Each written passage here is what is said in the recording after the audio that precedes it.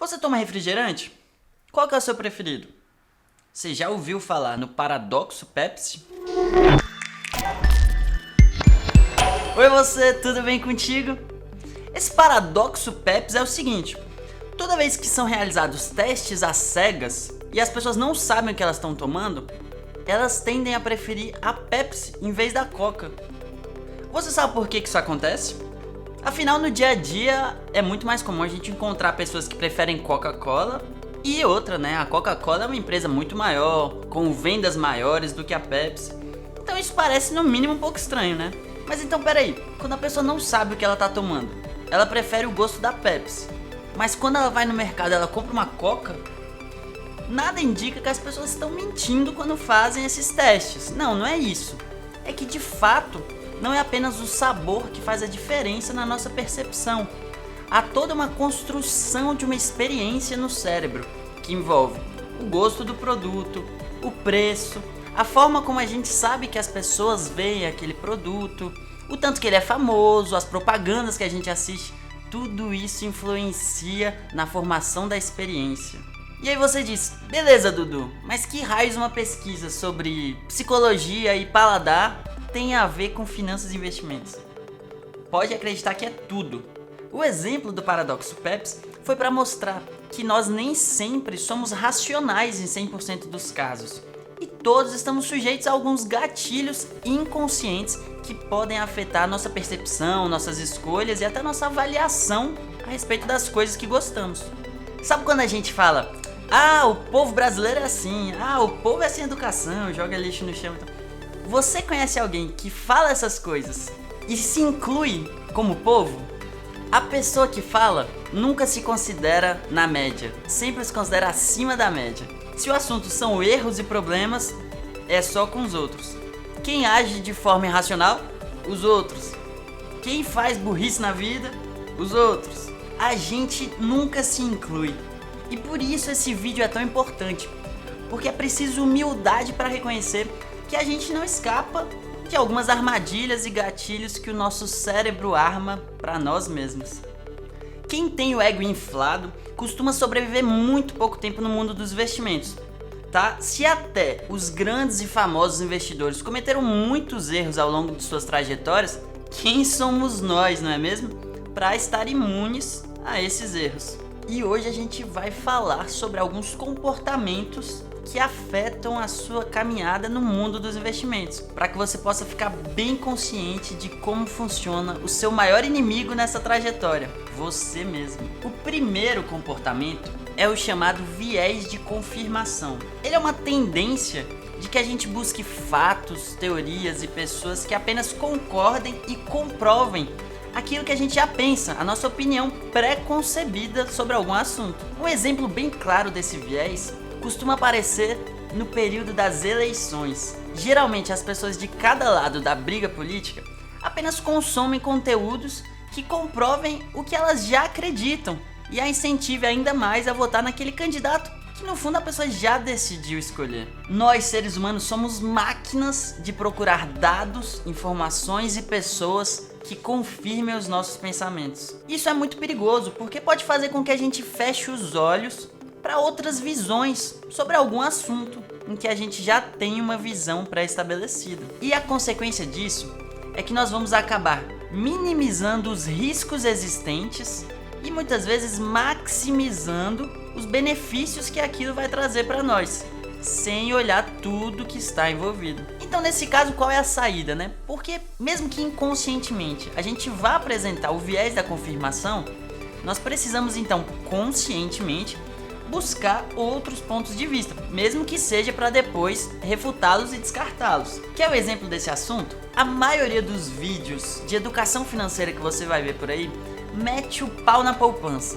A gente mesmo algumas vezes acaba falando mal dela também, mas aqui você vai achar um vídeo em que a gente explica um determinado contexto em que a poupança pode sim ser uma opção bem interessante.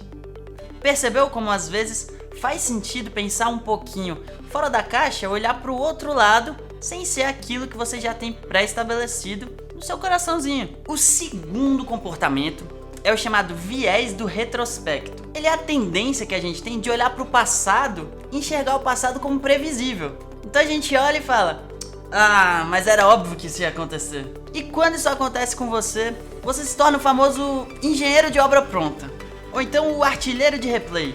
Você olha o lance e fala: nossa, o cara tinha que ter batido daquele jeito, tirado do goleiro. Mas meu amigo, quando a gente tá no meio da situação, no olho do furacão, é muito mais difícil enxergar o que tem que ser feito, né? Quando a tempestade passa, todo mundo vira bom marinheiro, não é mesmo? A frase mais comum nesse tipo de comportamento é aquela: eu já sabia.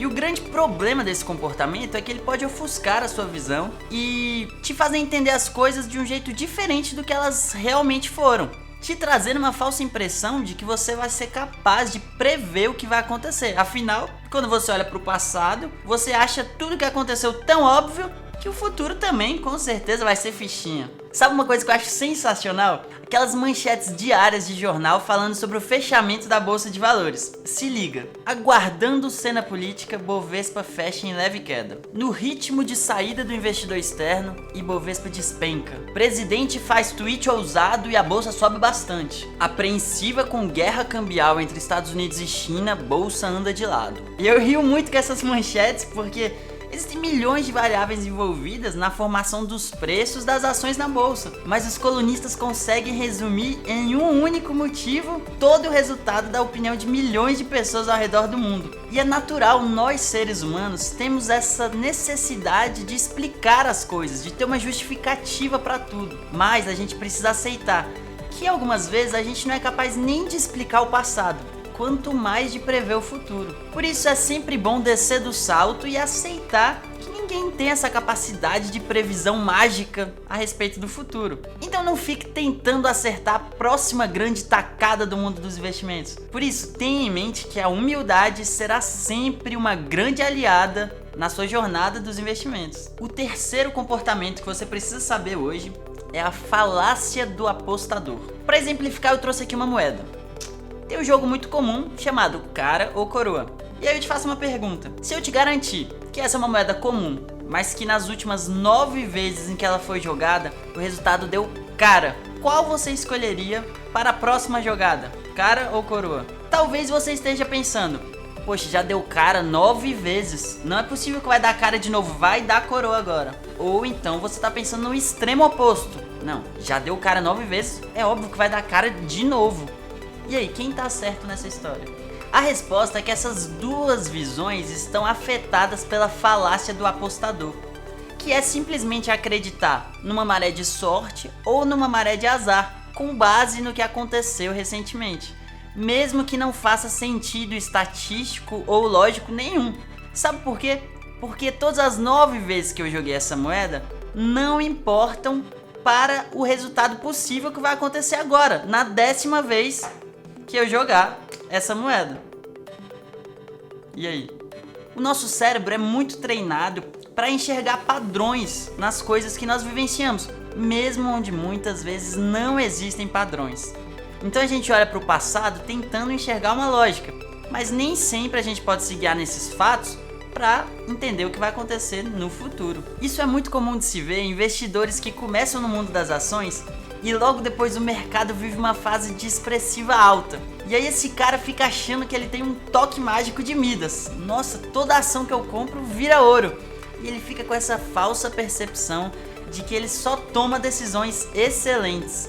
Então, se até hoje eu só tomei decisões excelentes, vou continuar tomando decisões excelentes porque eu sou o cara. E a partir daí, esse investidor começa a tomar decisões um pouco mais ousadas e que nem sempre fazem muito sentido. Meu amigo, quando o mercado passa por um momento de baixa, o que é super natural de acontecer, esse investidor não está preparado. Ele entra em desespero, afinal ele achava que ele tinha um toque de Midas.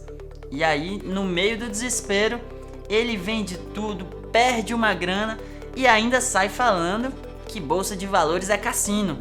Não tem como ganhar nisso aí não, é sorte. Esse cara eu chamo de Michael Phelps de aquário.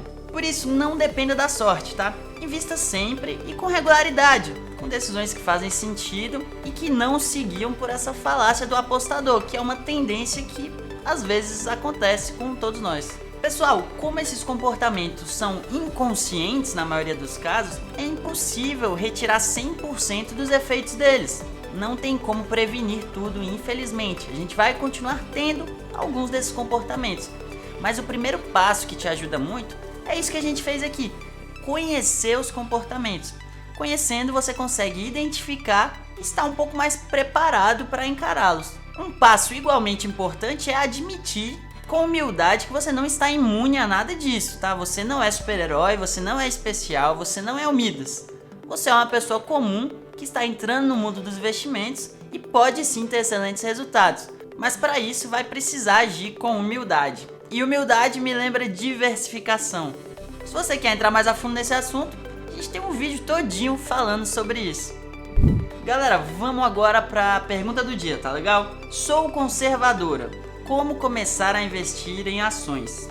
Estude, entenda o que são ações, como funciona a bolsa de valores, como analisar o balanço de uma empresa, mas mais importante que tudo isso, comece a investir, mesmo que seja com pouco, tá?